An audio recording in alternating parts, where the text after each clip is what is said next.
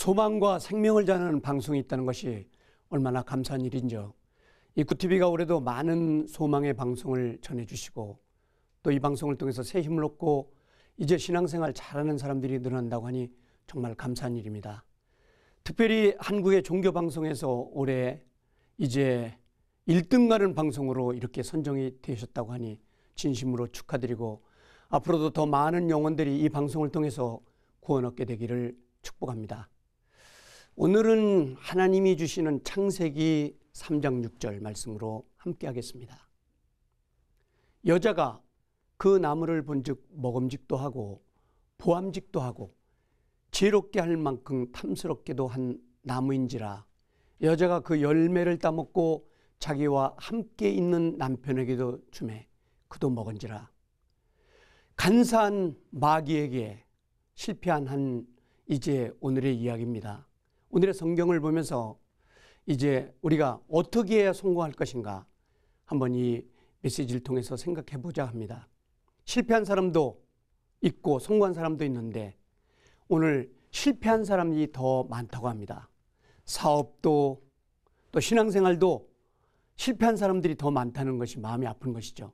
그러나 오늘 이 메시지를 통해서 우리 한번 다시 성공으로 갈 수 있는 그런 은혜의 사람들이 되기를 원합니다. 오늘은 마귀에게 속아 실패한 하와를 보고 교훈을 얻으려고 합니다. 하와란 뜻은 여러분 잘 알듯이 생명이란 뜻이죠. 하와는 인류의 최초의 여자로 하나님이 창조하셨습니다. 그러나 하와는 하나님의 명령을 어김으로 인류의 비극의 주인공이 됐습니다. 우리는 오늘 비극의 주인공이 아니라 성공의 주인이 되어야 되겠습니다. 아담의 갈비뼈로 하와는 창조됐으며 인간의 창조처럼 흙으로 짓지 아니하고 갈빗대로 만드셨다고 합니다. 하나님께서 남자의 중심에서부터 갈빗대로 만드신 것은 동등한 자격을 부여하고 사랑의 중심에 있다는 창조에 측량할 수 없는 깊은 의미가 사실 이 본문에 담겨 있습니다. 하와는 마귀에게서 패배했습니다. 원래는 하와는 꽃피고 아름다운 열매를 맺는 동산에서 가정을 꾸미고 아름다운 행복의 동산에서 살도록 하나님이 배려하셨습니다. 하지만 창세기 3장 1절에 마귀에게 속았습니다. 실패한 것이죠. 말씀을 보면 사단이 성경으로 질문을 하면서 유혹해 왔습니다. 그 질문에 하와는 정확한 답변을 하지 못한 것이죠. 우리가 사단의 공격이 올 때 정확한 하나님의 말씀으로 무찔러야겠습니다. 성령의 능력으로 무찔러야 되겠습니다. 사단은 간교하게도 하나님의 말씀을 이제 변질되어 공격해 왔습니다. 하나님은 그 중앙의 나무를 먹으면 생명을 잃는다고 했습니다. 죽을까 하노라가 아니라 그 열매를 먹으면 죽는다고 했습니다. 오늘 한국의 많은 이단들과 그리고 유혹하는 영들이 난무하고 있는 이때에 우리가 오늘 정확한 하나님의 말씀으로 공격해오는 사단을 무찌르고 승리해야 되겠습니다. 영적 타락자들이 말씀에 속아 더러운 귀신의 밥이 되어가고 있습니다. 오늘 본문 창세기 3장 2절부터 3절 질문에 우리가 큰 문제가 생긴 것입니다. 하나님의 말씀을 정확하게 답변하지 못했던 것이죠. 그래서 하나님은 성경에 가감하거나 빼지 말라고 했습니다.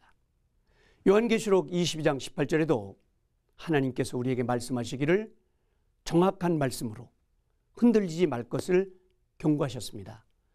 가감하거나 빼지 말라.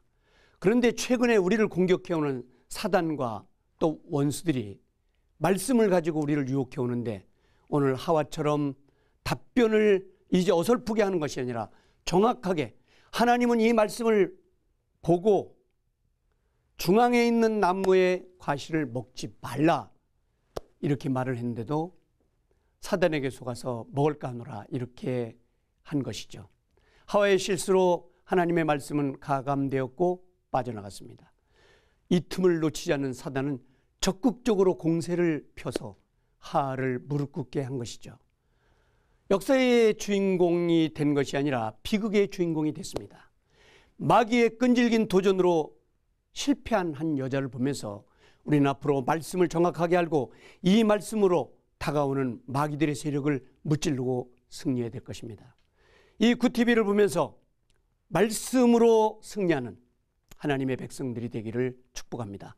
새해에는 더 놀라운 하나님의 축복, 승리가 우리 민족과 또 우리 성도들에 있기를 진심으로 원합니다.